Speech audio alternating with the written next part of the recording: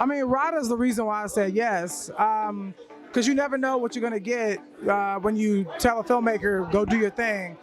But I knew what I would get from Rada would be something special, it would be unique, it would be authentically black, it would be authentically New York, it would be different. And so those are all the things that excite me about movies and television and storytelling in general. So I just really wanted to help her get this thing done because it's been a dream of hers for a really long time, and there's something I love more than helping to make people's dreams come true. It was great.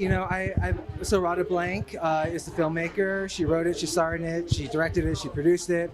And Rada and I go back a number of years, and she wrote the part with me in mind, which is a rarity in this business. It was a gift, And so aside from that, though, too, Rada gave me a lot of agency to help create the character as well.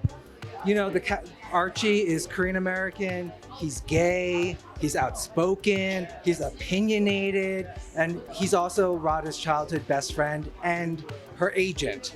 So, the boundaries are a little bit porous, and, being Korean American myself, being a gay man, it's really powerful, especially, being a POC, you always feel like you're underrepresented, and I'm so thrilled to be hopefully an example of what a powerful Asian American man can be in media. It was a thrill.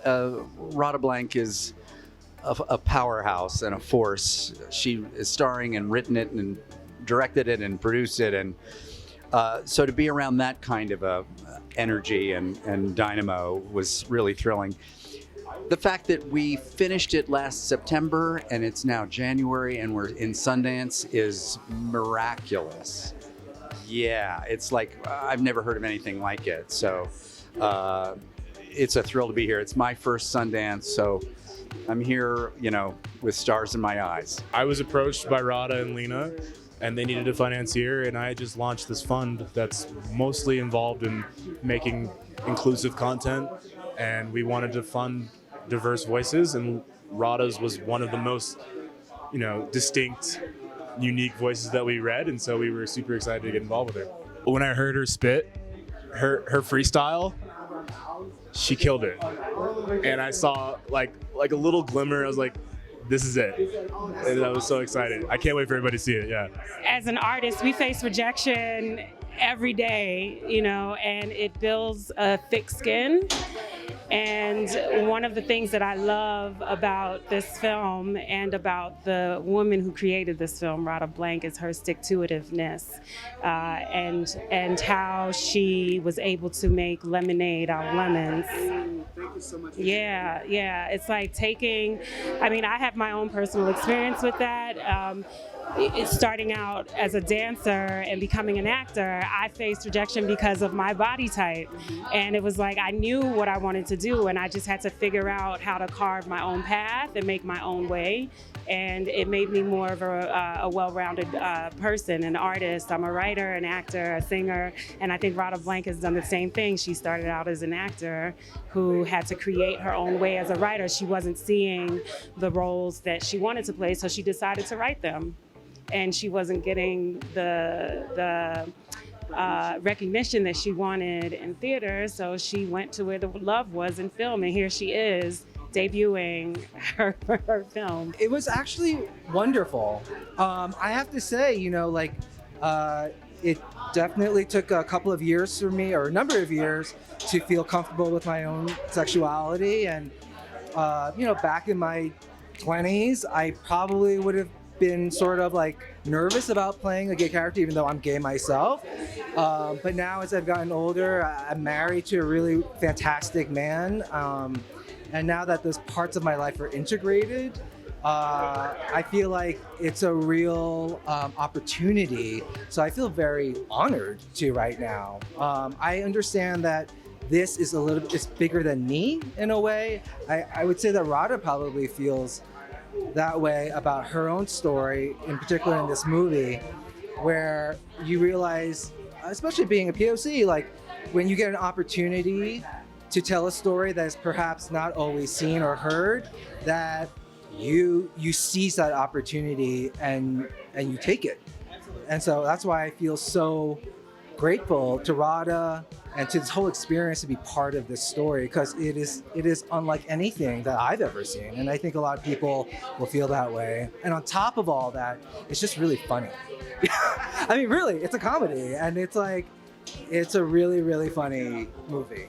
You know what? When I started reading it, I read a few of the speeches, and I was like, okay, there's something here. You know, I'm always looking for that. You know, so it's not my first rodeo, but yeah, there was a lot of meat on the bone, man. It was exciting. Anytime your heart starts to do a little bit of this, then it's like, okay, yeah, that's right. Let's jump in. Yeah, I play a homeless man that lives on the block, and where Rada lives, and we have kind of a contentious relationship. There's some humor there, some truth there.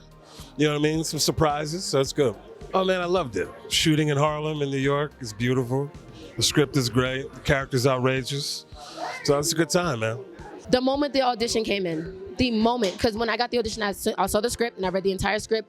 Hilarious from start to finish. I love every aspect of it.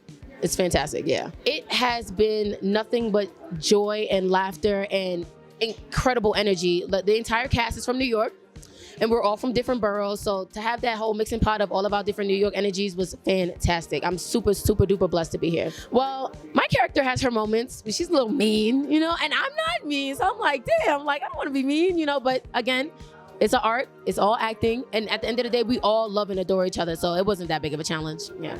I think this is the little engine that could, this movie. And so, you know, if that kind of story inspires you, you owe it to yourself to see 40-year-old version. Well, we haven't seen it yet. We're going to see it in 15 minutes. So, you know, I'm a little nervous if I'm going to be truthful. You know, it's one of those things as an actor, I have imagined being here for decades. And it's so great to, in a funny way, be able to put a face to the name of what this is. And now I can imagine specifically what the thing is, and it does not disappoint. It is really a thrill. Oh my God, I'm so excited. I can't wait to see the film.